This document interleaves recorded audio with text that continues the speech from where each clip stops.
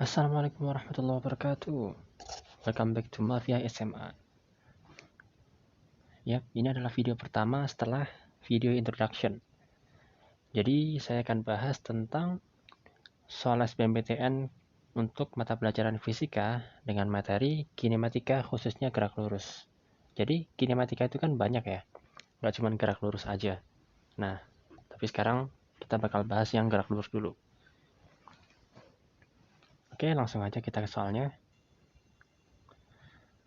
Ini soal tahun 2019 ya. Sebuah mobil melaju dengan kecepatan 90 km per jam. Tiba-tiba pengemudinya melihat anak kecil di tengah jalan pada jarak 200 meter di depannya. Jika mobil direm dengan perlambatan maksimum sebesar 1,25 meter per sekon kuadrat, maka peristiwa yang terjadi adalah yang A. Mobil tepat akan berhenti di depan anak itu. B. Mobil langsung berhenti. C. Mobil berhenti jauh di depan anak itu. D. Mobil berhenti sewaktu menabrak anak itu. Atau E. Mobil baru berhenti setelah menabrak anak itu. Oke, kalau kita lihat dari soalnya, ini jelas ya, masuk ke kategori gerak lurus. Jadi jangan dibayangin, ini mobilnya ntar bisa belok ngindarin anaknya. Enggak ya, udah pokoknya anggap aja ini lintasannya lurus, terus dia mobilnya kenceng dengan kecepatan 90 km per jam, itu ya kenceng ya hitungannya. Terus cuman dengan jarak 200 meter, itu ada anak di depannya. Nah, dia ngerem tuh mobilnya dengan perlambatan sebesar 1,25 meter per sekon kuadrat. Sehingga peristiwa apa nih yang bakalan terjadi? Jadi berdasarkan soal, kita tahu ya, nilai V0 itu 90 km per jam. Ini usahain langsung dikonversi aja ya ke meter per sekon. Caranya gimana cara langsungnya? Langsung aja bagi dengan 3,6. Nanti ketemu hasilnya itu 25 meter per sekon. Sebagai info aja ya, 3,6 ini dapatnya dari mana? Jadi kilometer, kalau dirubah ke meter itu berarti berapa? 1000 kan ya? 1000 per, untuk jam ke sekon, kalau kita konversikan berarti 3600 tuh. Nah, berarti kan ini 1 per 3,6. Makanya kalau dari kilometer per jam, kalau mau ngubah ke meter per sekon, langsung aja ntar dibagi sama 3,6. Kebalikannya, kalau mungkin dari meter per sekon ya, kita mau ngubah ke kilometer per jam, berarti nanti tinggal dikali 3,6. Oke, ini cuman info aja ya. Terus tadi kita juga tahu nih, jarak dari mobil ke anak itu adalah 200 meter. Terus mobil tadi kan ngerem tuh. Berarti kan mengalami perlambatan ya. Perlambatan. Kalau perlambatan berarti minus ya.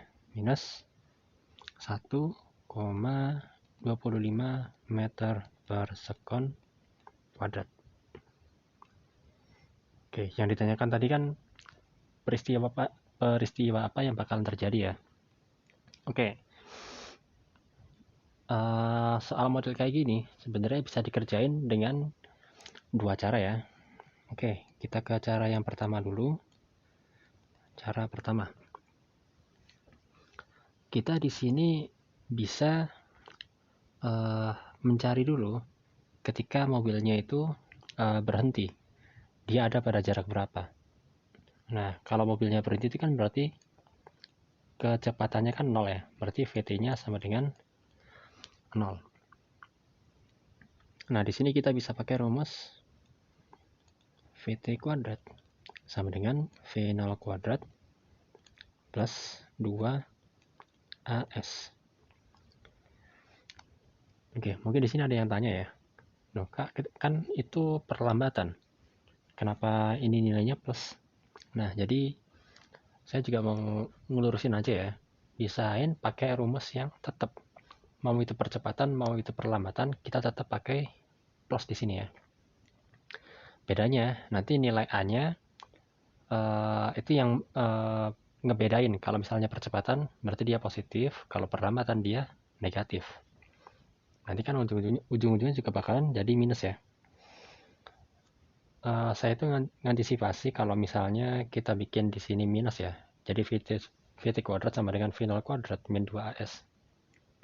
Kalau misalnya kayak gitu, kadang itu nanti bakalan bingung kalau misalnya kita udah masukin di sini minus, terus A-nya juga minus. Nah, ini bahaya nih. Nanti jadinya malah plus. Kadang bisa lupa kayak gitu ya. Oke, kita masukin aja nih angka-angkanya. VT-nya 0. V0-nya tadi 25 ya. Berarti 25 kuadrat. Plus 2. Ini min 1,25. Nah, S-nya di sini kita cari nih. Kita nggak perlu masukin S yang ini. Ini kan jaraknya ya. Jarak awalnya tuh 200 meter. Oke, kita langsung geser ini ke sini ya. Berarti 2 kali 1,25 itu kan 2,5 ya. 2,5 S sama dengan 25 kuadrat. Berarti S nanti akan sama dengan 25 kali 25 per 2,5. Ini coret aja nih ya. Ini 1, ini 10. Sehingga nanti 25 kali 10, 250 meter. Nah, jadi mobil itu bakalan berhenti pada jarak 250 meter. Karena jarak awalnya itu cuma 200 meter, otomatis ya anak itu bakalan ketabrak dulu ya sama mobil ini, baru 50 meter kemudian mobilnya berhenti. Jadi dari sini udah kelihatan ya jawabannya yang ketabrak dulu anaknya ya, baru berhenti. Oke, kita ke cara yang kedua dulu nih. Cara yang kedua. Nah, kalau cara yang kedua, ini kita masih bisa nih pakai cara yang sama. VT kuadrat sama dengan V0 kuadrat plus 2AS. Bedanya, ini kita pakai data-data yang udah diketahui di soal nih. Jadi kita mau nyari VT kuadratnya berapa. Oke, kita tulis dulu ya. VT kuadrat. Ini berarti sama dengan 25 kuadrat plus 2 kali min 1,25 kali S-nya 200. 25 kuadrat itu kan 625 ya. Ini kali ini tadi 2,5. 2,5 kali 2 itu kan 5 ya. 5, jangan lupa di sini ada minusnya. Terus ada 0, 2 di sini. Berarti 500. 125. Ini adalah VT kuadrat. Berarti VT-nya akan sama dengan akar dari 125. Berapa? 5 akar 5 meter per sekon. Nah, ini maksudnya apa? Jadi pada jarak 200 meter atau tepat pada jarak 200 meter, mobil ini masih punya kecepatan nih. Kecepatannya adalah sebesar 5 akar 5 meter per sekon. Jadi ya otomatis sama ya kayak cara yang pertama juga. Cuman bedanya adalah kalau cara pertama kita cari jaraknya ketika mobil itu berhenti. Kalau yang cara yang kedua adalah kita nyari kecepatannya. Padahal rumusnya adalah sama ya. Nah, sehingga kalau kita balik ke soalnya nih, berarti jawaban yang benar adalah jawaban yang pilihan atau opsi yang E ya. Mobil baru berhenti setelah menabrak anak itu. Oke, jawabannya yang E.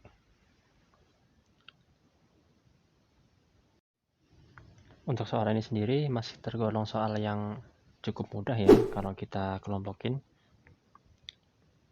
Jadi kita cuman pakai satu rumus aja itu udah bisa nemuin jawabannya. Dan di sini pun kita nggak perlu mencari besaran yang di luar itu. Jadi udah ada semuanya, tinggal masukin angkanya aja. Oke, kita lanjut ke soal yang selanjutnya. Ini soal SBMPTN tahun 2018 dengan kode soal 460 nomor 16. Posisi suatu benda di sepanjang sumbu X mengikuti XT sama dengan minus 6T plus 2T kuadrat. Dengan satuan untuk posisi X adalah meter dan untuk waktu T adalah detik.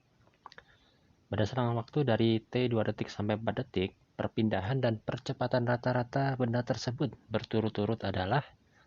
Oke, disitu ada opsinya ya dari A sampai E. Oke, kalau gitu kita langsung aja. Oke, kita tulis dulu persamaannya.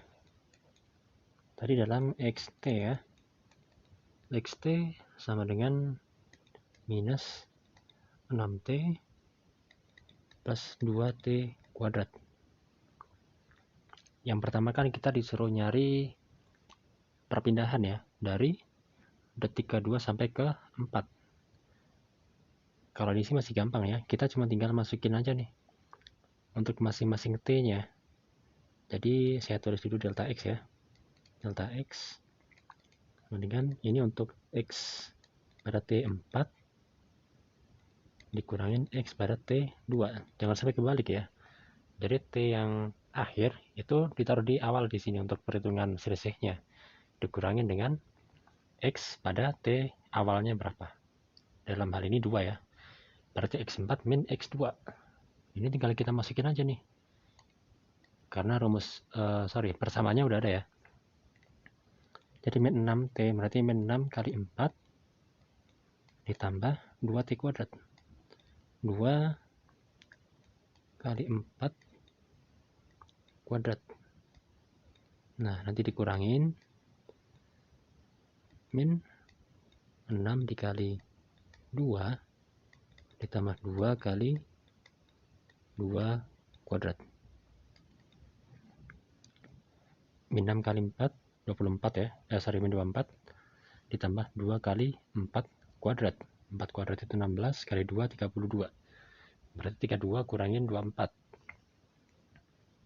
Hasilnya 8. Dikurangin min 6 kali 2, min 12 ditambah 2 kali 2 kuadrat. 4, ini 8. Berarti 8 dikurangin 12 ya. Berarti minus 4.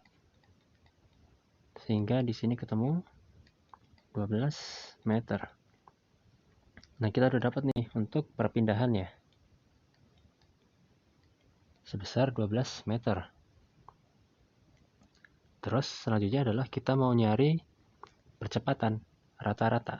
Nah, percepatan rata-rata.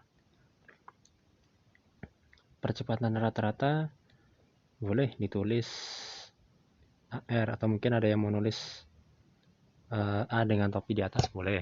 Silakan.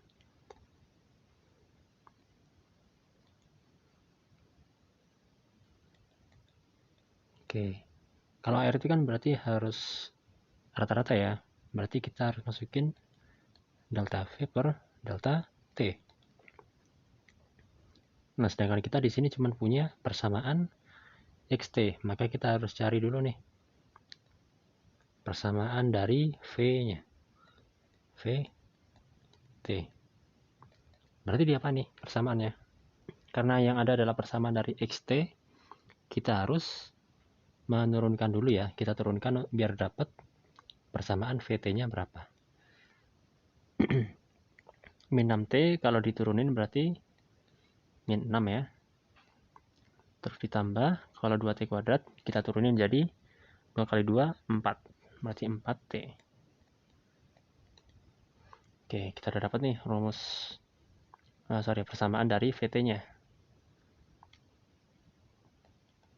Nah, karena ini delta V per delta T, berarti kan kita juga harus tahu ya T-nya pada T berapa.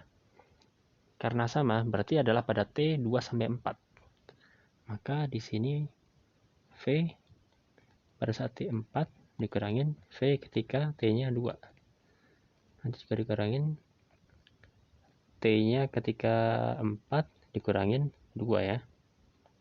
Nah, kita tinggal masukin aja nih. Min 6 plus 4T. Min 6 plus 4. T yang pertama adalah 4 ya. Berarti T-nya kita ganti sama 4. Terus dikurangin. Min 6 plus 4 juga. Tapi ketika T-nya 2. Berarti min 6 plus 4 dikali 2. Yang ini 4 min 2.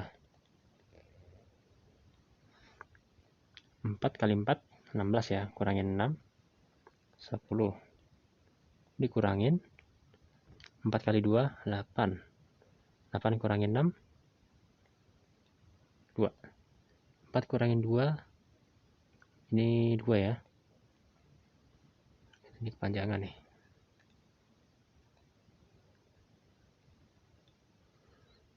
Oke. Terus ini aja. 10 kurangin 2. Ini 8. Ini 2.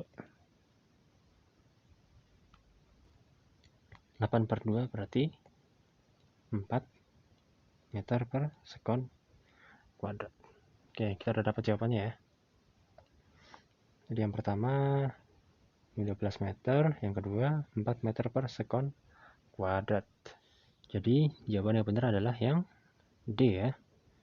12 meter dan 4 meter per sekon kuadrat. Oke, kita lanjut ke soal yang terakhir.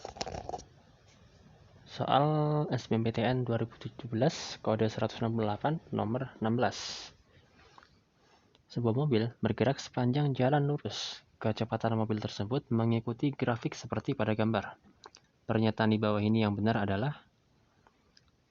Oke, nah kalau soal kayak gini, ini kan kita harus ngecek semuanya ya. Ada 5 opsi nih. Kita harus cek satu-satu. Mungkin ada yang bakalan ngusulin kalau soal kayak gini diloncatin dulu aja ya, karena bakalan makan waktu. It's okay, nggak apa-apa, karena itu juga merupakan salah satu strategi dalam ngerjain soal-soal SBMPTN. Karena soal SBMPTN itu kan emang levelnya cukup sulit ya. Selain itu juga waktunya cukup singkat. Nah, jadi emang salah satu triknya juga harus benar-benar bisa memanage waktunya dengan baik. Nah, kalau soal kayak gini, ini kan harus ngecek semuanya ya. Dari opsi A sampai E. Memang ada baiknya soal kayak gini bisa di skip dulu. Tapi kalau emang yakin bisa ngerjain cepet, it's okay. Langsung gas aja udah. Oke, kita cek satu persatu ya. Dari yang pertama. Opsi A, mobil diam di T sama dengan 0.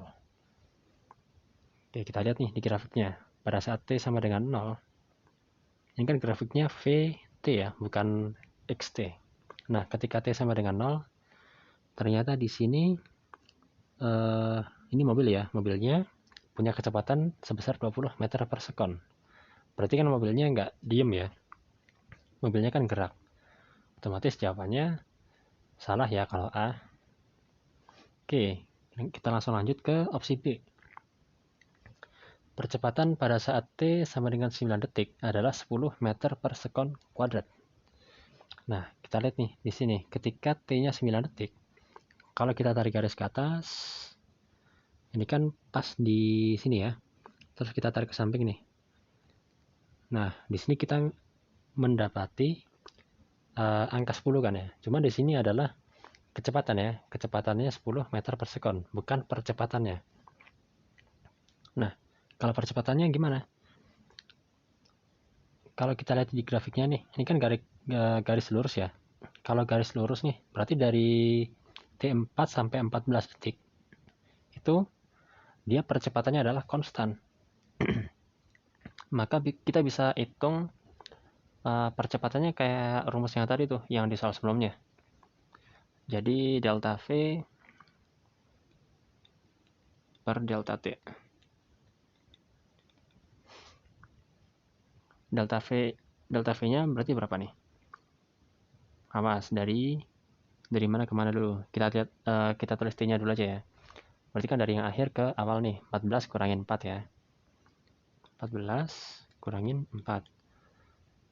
Terus untuk V-nya, berarti ketika T-nya 14 tuh berarti V-nya berapa? 0 kan ya? Nah, berarti dari 0 dulu nih. 0 kurangin T ketika 4 adalah 20. Berarti di sini min 20 per 14 min 4, 10. Hasilnya adalah min 2 meter per sekon kuadrat. Berarti salah ya. Sebenarnya dari grafiknya pun juga udah kelihatan kalau di sini bukan percepatan tapi perlambatan. Karena kan kecepatannya pasti makin menurun ya di sini. Nah, berarti dia mengalami perlambatan ya, bukan percepatan. Oke, kita lanjut ke opsi yang C. Mobil berbalik arah pada saat T sama dengan 4 detik. Oke, kita lihat lagi nih di grafiknya. Ketika T 4 detik, kita tarik garis ke atas. Nah, di sini memang ada perubahan ya. Dari yang awalnya grafiknya lurus, terus tiba-tiba di sini dia gerak ke bawah. Nah, apakah ini menandakan mobilnya itu berbalik arah? Jawabannya adalah bukan ya. Kenapa bukan? Jadi gini, awalnya kan mobilnya jalan nih dengan kecepatan 20 meter per sekon. Terus di sini dia mengalami perlambatan. Ingat ya, mobilnya tuh mengalami perlambatan dalam artian mungkin bisa direm atau dia cuman ngelepas gasnya ya istilahnya ya. Jadi dia belum mengalami yang namanya mobil itu berbalik arah. Dia baru sekedar mengalami perlambatan. Nah, baru nih ketika dia sampai di T sama dengan 14 detik, itu kan kecepatannya 0. Misalnya nih, grafiknya ternyata masih lurus terus ya sampai ke bawah. Nah, itu baru bisa dikatakan mobilnya berbalik arah. Nah, jadi kalau di grafik V kali T ya, grafik kecepatan kali waktu, itu mobil akan berbalik arah ketika grafiknya itu melewati sumbu X atau ketika kecepatannya itu berubah dari yang awalnya negatif menjadi positif atau sebaliknya. Nah, itu baru mobilnya berbalik arah ya. Sehingga opsi C juga salah ini. Opsi A, B sama C udah salah. Masih sisa 2 opsi nih ya, D sama E. Oke, sekalian kita cek nih. Nah, ini agak mirip ya, opsi D sama E.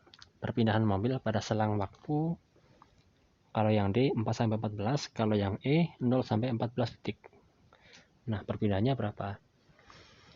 Oke, untuk perpindahan, karena di sini adalah grafik ya, ada grafik, berarti kita bisa pakai luasan di bawah grafik terhadap sumbu X. Jadi kalau yang D nih ya, perpindahan pada waktu 4-14. 4-14. Rumusnya apa nih? Kalau dari 4-14, ini kan berarti segitiga ya bentuknya. Berarti kita tulis aja nih. Luasannya berapa? Sini aja ya. Setengah kali alasnya berapa nih? Dari 4-14, berarti 10 ya. 10 dikali tingginya dari 0-20, berarti 20. Ini kita coret, ini kita coret. 10, berarti 10 kali 10 sama dengan 100 meter. Sedangkan di opsi D itu adalah 80 meter. Berarti salah ya. Nah, sisa E doang nih. Harusnya sih E ya jawabannya. Tapi kita cek dulu. Kalau ini dari 0 sampai 14. Berarti dari 4 sampai 14 ini ditambah lagi dengan ketika 0 sampai 4. Nah, ini kan bangunnya adalah persegi panjang. Kita hitung dulu luasannya. Berarti 0 sampai 4, 4 ya. 4 dikali dari 0 sampai 20, 20. Berarti 4 kali 20 adalah 80 meter. Sehingga totalnya adalah 80 plus 100 adalah 180 meter. Nah, cocok ya. Berarti jawabannya adalah yang E. Oke, ini jawabannya yang E ya. Oke, cukup lama ya ngerjain soal kayak gini. Tapi kalau kalian semakin sering ngerjain soal-soal tipe kayak gini, kecepatan kalian dalam ngerjain itu juga bakalan semakin cepat ya. memang salah satu kunci dari ngerjain soal-soal SBMPTN itu adalah makin sering kalian latihan soal, ya makin banyak tipe soal yang kalian hadapin, bakalan makin gampang juga ketika nanti ngerjain ujian-ujiannya. Oke. Oh ya, untuk kategori soalnya ya, untuk yang kedua tadi itu masuk kategori yang lumayan ya, kategori yang lumayan, sedengan ya, karena kita masih perlu nurunin rumus juga ya. Kalau soal yang ketiga ini sebenarnya cukup mudah ya, cuman untuk soal yang ketiga ini perlu lebih banyak waktu aja. Jadi ya bisa dikategoriin ke soal yang mudah ataupun yang sedengan. Oke, sekian dulu ya pembahasan soal yang pertama. Silakan kalau kalian mau share ke teman-temannya. Kalau misalnya ada yang mau ditanyain, boleh silakan tulis di kolom komentar. Oke, thanks for watching. Assalamualaikum warahmatullahi wabarakatuh.